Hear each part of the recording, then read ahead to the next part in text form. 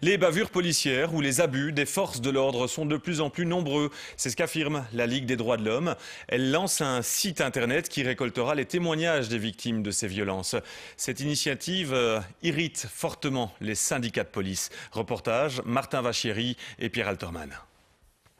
Un militant antifasciste molesté dans le métro bruxellois, cet automobiliste ivre brutalisé dans un contrôle nocturne, un manifestant anti-Kabila frappé à coups de bouteille, jusqu'à la mort tragique de Jonathan Jacob en cellule à Anvers. Autant d'images condamnées par la Ligue des droits de l'homme. Pour lutter contre ce phénomène, cet observatoire des violences policières vient d'être mis en ligne. Ce site web est décrit comme une plateforme citoyenne.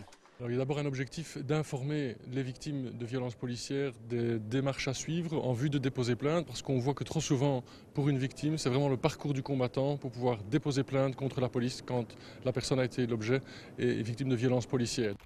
Mais le principal syndicat policier dénonce cette initiative. Pour cet enquêteur, ce genre d'action entretient un climat de méfiance envers la police. La profession de policier, qui est un service réel à la population, journellement, il y a plus de 40 000 policiers qui donnent de leur temps bien volontiers pour aider les citoyens. Nous devons constater que nous sommes décriés et quelque part traînés dans la boue.